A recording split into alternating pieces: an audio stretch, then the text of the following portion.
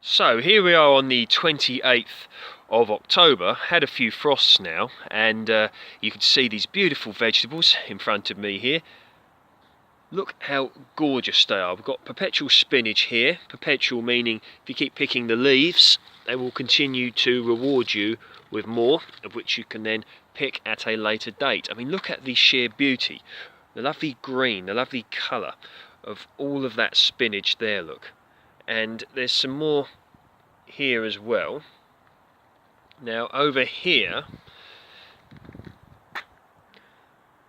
okay, so I've got some brassicas in front of me here. Brassicas meaning members of the cabbage family, and that includes things like kale, cabbage, broccoli, purple sprouting broccoli, cauliflower, etc. And grown in some pots here. So this is purple sprouting broccoli, and this is great to cover the hunger gap, which comes sort of like late winter, excuse me, late winter, early spring, when there's not so much else to eat from the garden, and you get these beautiful little spears like that, a purple colour that you can then go and eat, and they really are a nice taste as well. So certainly worth growing is purple sprouting broccoli.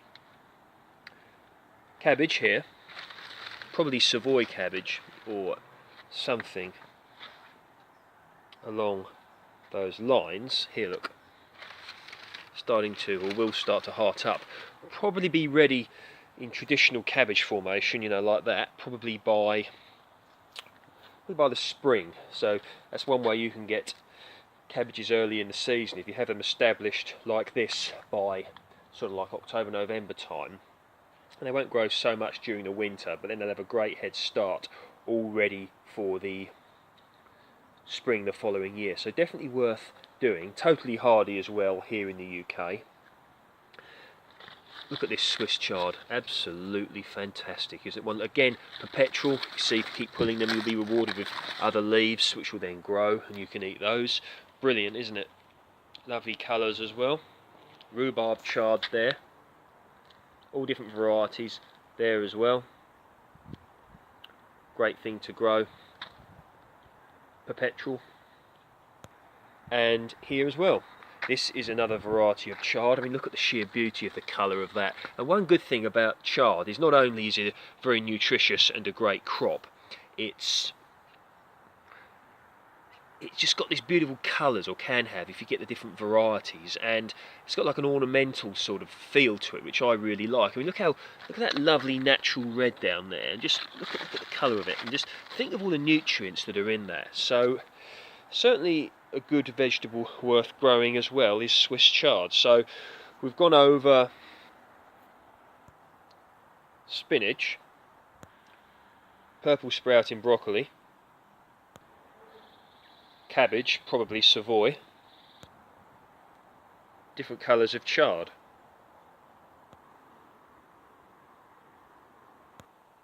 Okay, so we've got lettuce here, winter density. Now, winter density is a very, very good variety of lettuce to grow. Unsurprisingly, with a name like winter density, it's totally frost hardy.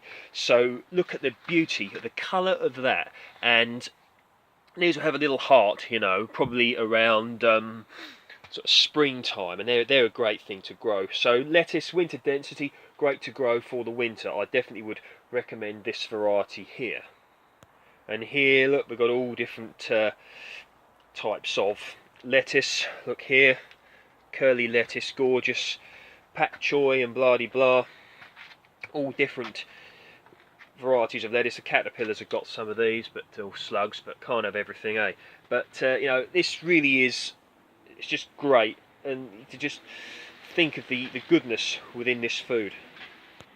Okay, and here, now these are quince. This is quince fruit. Now, beautiful.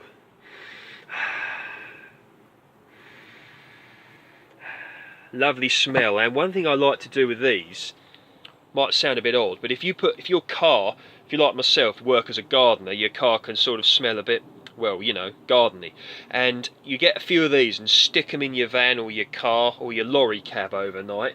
Blimey, the smell will be beautiful the following morning. Put them in your kitchen as well, and yeah, you know, the smell, it's so perfumey and natural. You you have to experience it to appreciate it. But quince fruit is a very, very good fruit to grow. Don't see them so much in the UK these days. Very popular in Eastern Europe. And you know, quince jelly, quince jam, blah de blah. I mean, I have been known before when I've made apple pies to put some quince in with a little bit of cooking apple, a bit of Bramley apple, so maybe 80% apple and 20% quince. Gives it a really nice sort of tangy taste. Some people do eat these raw with cheese, but that is an acquired taste. But I would recommend, you know, if you can find a way of trying a quince, you know, in the correct way, or at least getting the beautiful smell of them, that you do so. And over here we got butternut squash, homegrown, and here shallots and garlic.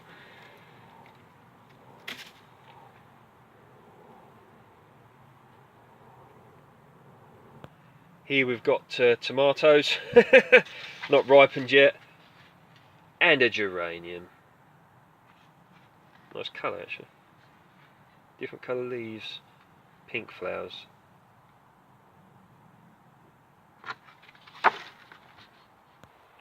Got some mint here.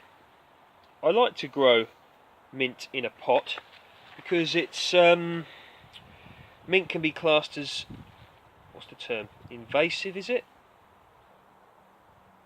And keeping it in a pot confines it. Nice smell.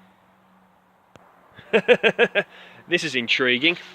This was a tree that I purchased years ago from Aldi's. I think it was Aldi's.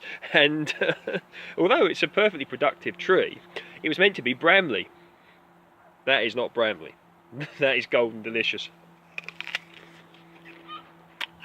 But doesn't matter, because Golden Delicious is beautiful when ripened on the tree.